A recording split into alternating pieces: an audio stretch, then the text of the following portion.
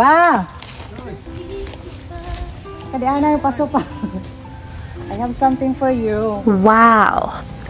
Ayan, everyone. Hello. Merry Christmas. Merry Christmas kayo dyan.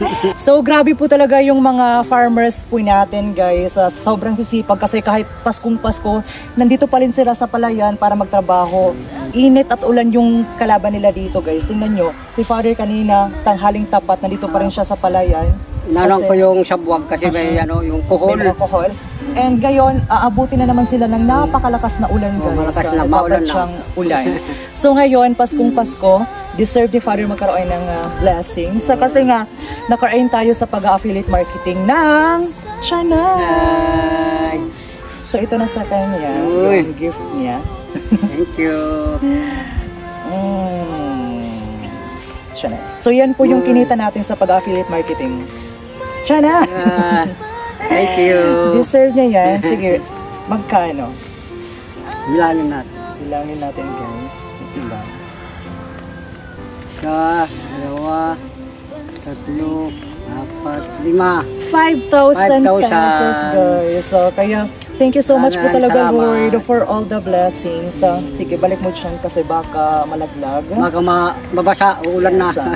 Deserve talaga ni na Father yung magkaroon ng blessings kasi nga sobrang sisipag po nila at saka I'm so really grateful to God na binigyan niya tayo ng strength para maka-earn sa napakagandang pamamaraan. Tapos, grabe kasi guys, yung mga tatay natin dyan is sobrang saludo po kami sa inyo dyan. Especially yung mga farmers kasi, di ba, hindi biro yung trabaho nila, hindi biro yung pagkasakripisyo nila para may mapakain lang sa family nila ng bukal sa kanilang sipag at syaga.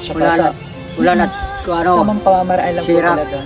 So, Merry Christmas sa inyong lahat dyan. Naway nasa mabuti kayong kalagayan and I do believe na sana magpalain pa kayo ni Lord. Tsaka ito na nga guys, grabe! Nahagawak na. Ulan na, malakas na ulan. Oo, nagbabadya na yung napakalakas na ulan dito ngayon sa Leyte. Kaya, eto, mag-iingat pa rin tayo kasi yung panahon is pabago-bago. Minsan, sobrang init ng ulan, sobrang init ng umaga tapos ngayon ulanin na. So, andito na yung dampog at saka yung mga tarahiti na hagawak na guys. So, hanggang dito na lang po muna tayo. Thank you so much everyone for watching. Merry Christmas. See you again in our next video. Bye-bye! Merry Christmas kayo dyan. A few moments later. Ayan everyone, grabe!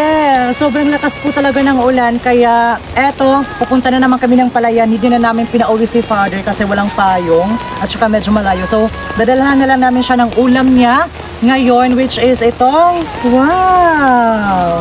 Napaka-fresh na bangus guys na binsog bahiya or inihaw na bangus guys here. So, mayroon na siya doong kanin. So, ulam na lang yung kulang niya. And ito kasama ko yung pamangkin ko para mapakain natin si Father kasi sobrang late na, mag-aalauna na, hindi pa siya nakakapananghalian. So, sakto meron tayo ditong bangus para kay Father na ulam. So, nakaka-touch lang sa feeling na, oh my God, I don't know what else to say, pero Merry Christmas everyone. Basta, as long as na nandyan yung family natin, especially yung mga tatay natin na kumakayod everyday, kailangan natin silang bigyang pansin at halaga na sa mga oras ng hirap at sa mga ganitong panahon, kailangan po natin silang pahalagahan. Kaya, here comes my little appreciation to my father, guys. So, sa mga kabataan out there, always choose to be kind and love our parents. Thank you so much. Let's go!